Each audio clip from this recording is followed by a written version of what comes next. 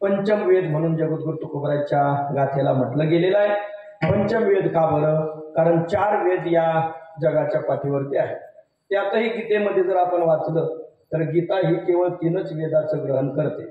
विद्यामाम सोमपाप्रूत पापा यज्ञै दृष्ट्वा स्वर्गतिं प्रार्थयन्ते ते पुण्यमासाद्य सुरेंद्र लोकम अश्नन्ति दिव्यान दिव्यदेव भोगान तैसा रोग्यजुस्सामू तो मी म्हणे आत्माराम. ऋग्वेद, यजुर्वेद, सामवेद 3च वेद कशामध्ये येतात? गीतेमध्ये आहेत.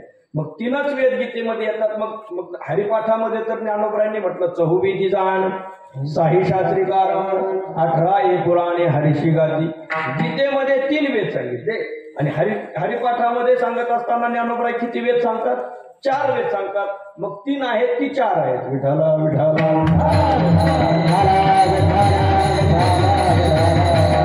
त्याचं उत्तर असं आहे, वैकुंठवासी सद्गुरु भोलेबाबा यांनी पाठामध्ये सांगितलं. म्हटले बाबा, गीता निर्माण झाल्याच्या नंतर व्यास महर्षींनी 3 वेदातून निवडून काढलेला वेद म्हणजे अथर्ववेद. तोही वेद अगोदर होता पण विस्तारित होता. कशामध्ये? म्हणजे त्यांचं एकत्र कुटुंब होतं. ऋग्वेद, यजुर्वेद, सामवेद याच्या अंतर्गतच तो अथर्ववेद राहत होता. पण त्याला थोडंसं वेगळं काढलं. का बरं? कारण मंत्र तंत्र या ज्या काही साधनेचे असणारे बाकीचे जे मंत्र होते ते बरोबर काय केले? व्यास महर्षीने त्याचं विघटन केलं आणि फक्त कर्म, उपासना आणि ध्यान यांनीच युक्त असलेला यजुर्वेद, कर्म, उपासना आणि ज्ञान यांनीच निर्मित असलेला यजुर्वेद आणि यांच्याद्वारा युक्त असलेला सामवेद असे 3 वेद होते. ते 3 काढले आणि याच्यातून मंत्र तंत्र आदी जो भाग होता, अर्थदृष्ट्या जो भाग होता तो बरोबर काय केला? असा बाजूला काढला आणि त्या वेदाला नाव काय दिलं? अथर्ववेद. आणि मग तेव्हापासून 4 वेदाची काय झाली? संपन्नता, प्रगल्भता सर्वीकडे झाली. गीतेच्या काळात 4 वेद नव्हते, 3च होते. त्या 3 मधून एक चौथा वेगळा काढला म्हणून किती वेद झाले? 4 वेद. मग आता 4 वेद आहेत. आपल्यापर्यंत 4 वेद आहेत. मग जगद्गुरु तुकोबरायांचा वेद कसा काय? त्या ठिकाणी ते तर संस्कृत मध्ये आहेत, ते 4 वेद झाले.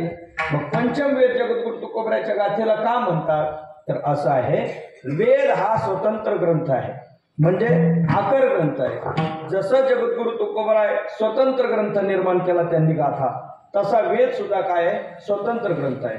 तो कोणीही निर्माण केलेला नाही आणि त्याला काही कुठला क्रम नाही की हे प्रकरण पहिलं, हे प्रकरण दुसरं, असा कुठला क्रम नाही.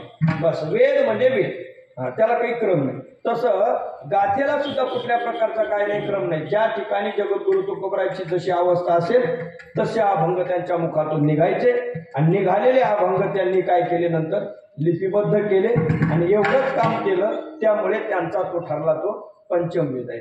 या पंचम वेदाचं पारायण केल्यानंतर आदरणीय वैकुंठवासी गुरुवर्य काळे गुरुजी नेहमी म्हणायचे, ते म्हटले, ज्याने गाथा वाचला त्याचा माथा ठिकाण्यावर असतो.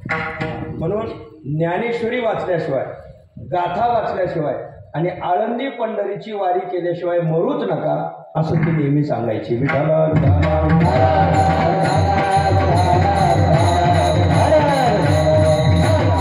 तुकोपनिषद हे पंचम वेद आहे.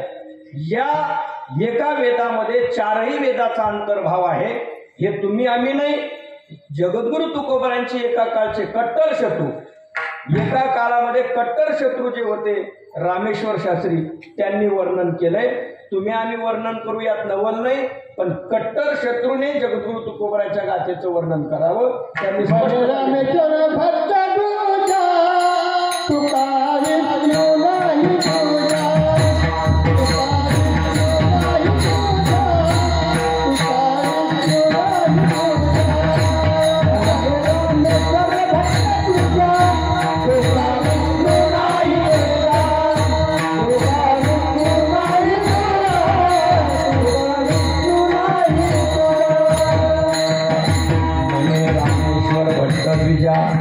तुका विष्णू नाही दुजा, हे तुकोबरायांचं केलेलं वर्णन आहे. आणि तेच रामेश्वर शास्त्री गाथेचं सुद्धा वर्णन करतात. जे पारायण आपण करतोय ना त्या पारायणाचं सुद्धा जगद्गुरु तुकोबरायांच्या गाथेचं त्या ठिकाणी वर्णन त्यांनी केलं. म्हणजे तुकोबरायांची गाथा म्हणजे सामान्य नाही, 4 वेदाचा तो अर्थ आहे. चहू वेदात हरी चहू वेदाचे हे